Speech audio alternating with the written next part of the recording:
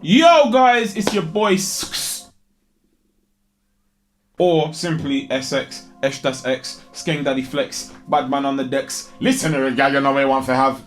I'm back again with another video, man. I feel like I'm becoming a YouTuber. I'm really just making this video because, you know, I want you guys to know me a bit better. So it's a Q&A asked by the people, for the people, from me. And real quick, if you guys didn't know, I dropped a brand new song on Friday. It's called Dangerous. I'm not gonna lie, it's my best performing song right now, and I'm trying to get my first ever UK top 40. We might do it, we might not. It's not the end of the world if we don't, but you know, you boys got dreams, baby. Anyway. Let's go. Sad slag underscore. I'm not gonna put her out like that. Jasmine says, how are you today? Have you had water today? Today I'm feeling really good, man. I did tweet the other day saying I've been quite depressed. Like, for those who don't know, I suffer with mental health issues, something I'm very outspoken about. So, you know, if you guys deal with that too, you're not alone, man. I go through many things, to be honest with you. But am I feeling good today? I'm feeling good, man. Dangerous just hit 500,000 streams on Spotify, so I'm super happy about that. And yes, your boy's drinking water. Everybody, if you got a drink of water next to you, put it in your hand and be prepared to sip. If you haven't got one, go downstairs, grab a bottle of water. If you don't have bottled water, leave that tap running, get some ice cubes. I'll leave it for a sec. We're back. Everybody, let's do this together.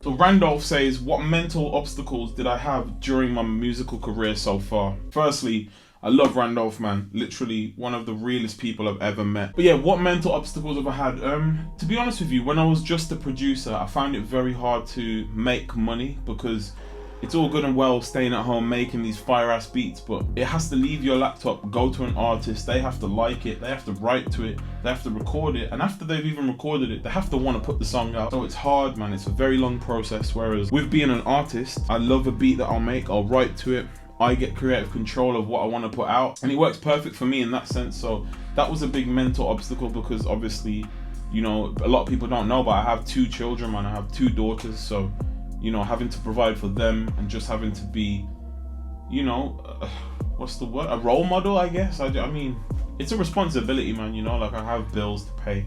So in order to make money, that's why I had to get a normal job. You know, I had a Grammy nomination, I had a gold record in America with Childish Gambino, but I had no money, so I actually had to go get a normal job the first time in my life, and that was at Wolves. But it's crazy because now I'm an ambassador for them, and you know, I modeled for their away kit. When you're working for yourself, there's a lot of mental obstacles that you can come across, and it's just about learning your coping methods, how you're gonna get over it, and just moving, man, because the world doesn't stop, you know, the time doesn't stop, so you can't. So Adamula Olatunji says, what's my body count? Ethan Hines says, why do I always wear shorts? This is a great question, man. So like, I didn't grow up wearing shorts, obviously. I have worn trousers in the past. There is one photo on my Instagram where I'm wearing trousers and I like trolled a bunch of people. But the whole reason why I actually only wear shorts is literally, man, like just being free. Like right now I'm wearing an oversized hoodie and I'm obviously wearing shorts, just for the record. I just want to be free, man. Like even if I have to go to like an award ceremony or a wedding, like I'll wear shorts, man. Like if I came to your funeral, if Essex came to your funeral or your wedding and he was wearing trousers, you'd be offended. Into the Future says, will I be on Gogglebox again? Yo, I would love to go back on Gogglebox. I enjoyed it, man. It was something different for me because I don't really get to watch TV like that. And so being able to watch it and just people seeing how you react to it, you didn't think that people would find that funny. And I think that's why I enjoyed it, because it's not forced, it's just organic. So yeah, I'd love to do it again. I am not going to attempt to read your username, but for the sake of this, I'm just going to say it. Luke Landwalker says, would you fight JJ 1v1? I have had a fight with JJ 1v1 at a studio. It wasn't a real fight, but it was like a bro play fight, and I think I might win. So Dexter Allen says, what was high school like for you? But I've never been a person that's enjoyed school, man. Personally, for me, like I don't feel like you need to go to school to learn things about real life. In high school, they should teach you about real life in school, like how to set up your own business, how to like pay taxes, how to, you know, survive. When you take a driving test and you're driving lessons, you're learning to pass your test. You're not learning to drive in the real world. And I think that's something like high school, you know, you're just learning to pass to get a piece of paper, which can get you a job perhaps. But you're not learning about life in the real world. That's why so many people after school, they're just like, oh shit, what am I meant to do? Do I just get a job? I don't get it. High school's cool, but I don't think you need high school personally, in my opinion. I'm not saying don't go to school and do those things, but I am saying that it doesn't set you up for real life. So the Big D says, can you give us a teaser for your next single? You know what, fuck it, yeah, let's go.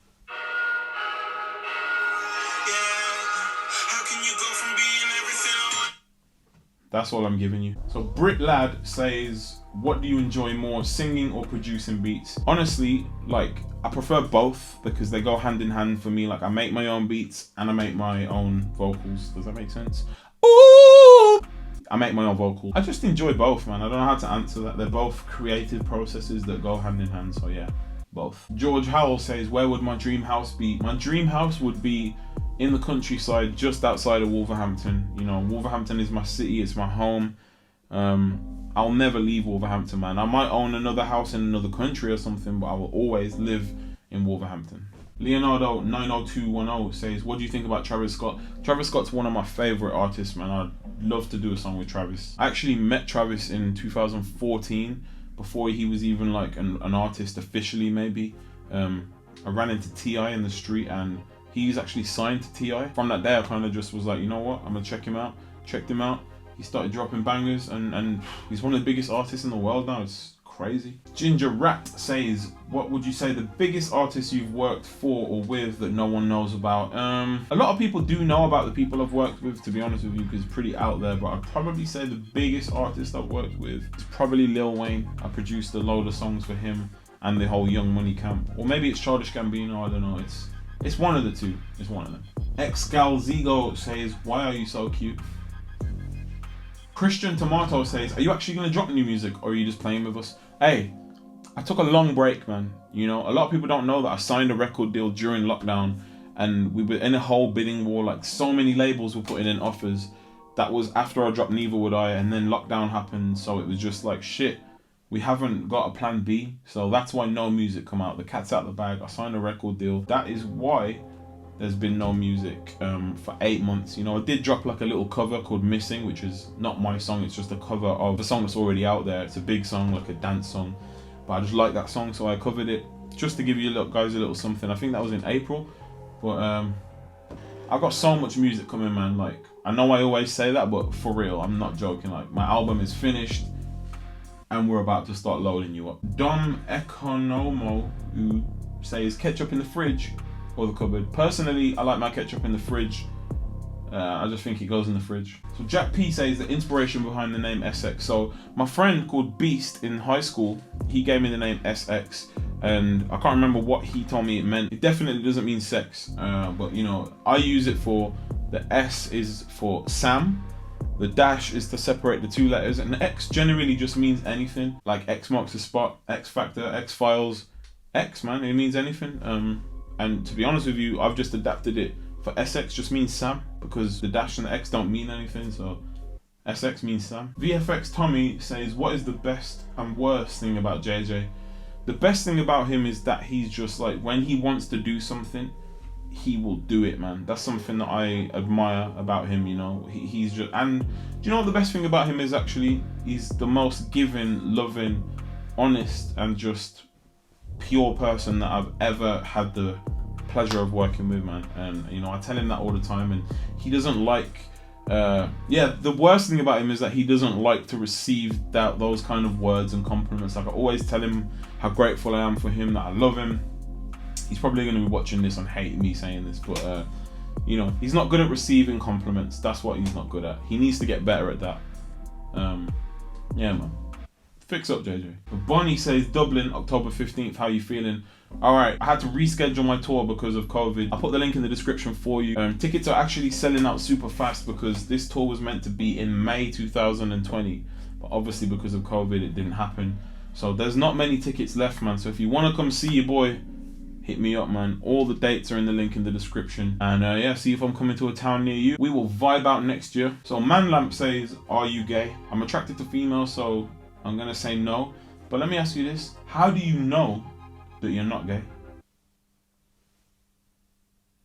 Shelby Bartley says, how did you and KSI meet and decided to collab? So I think in like 2013 or 14, Ethan Bazinga hit me up for some beats for his videos, and I gave him a couple beats, one of which I think he gave to JJ, and then JJ followed me in 2014 and we were just talking about beats, and we kind of spoke very rarely over DMs. What's crazy is, super randomly, when I actually left my job that I was talking about earlier in the video at Wolves, the second I actually like left, we had a mutual agreement for me to just kind of, so I didn't quit and I didn't get fired. It was more just like, this ain't working out, just leave it. Literally, the second I walked out the door, JJ DM'd me on Twitter saying, yo, you still have this beat available, he's gonna use it. And then literally last year, Randolph had DM'd me on Twitter. We ended up meeting up and we just kind of clicked, man. And we've all just became super close. So yeah, shout out to Randolph and JJ. Matthew Simpson says, not sure if you've answered this in the past, but where did your passion for creating music come from?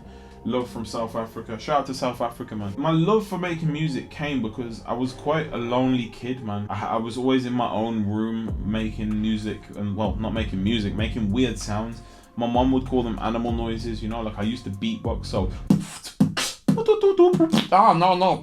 used to beatbox and just make crazy sounds. So I think just being able to let out my emotions via music was like the craziest thing to me.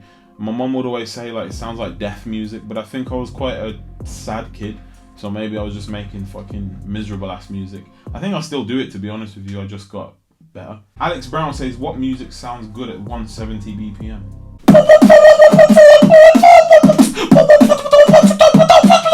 Ashley Lake says, if a quiz is quizzical, what's a test?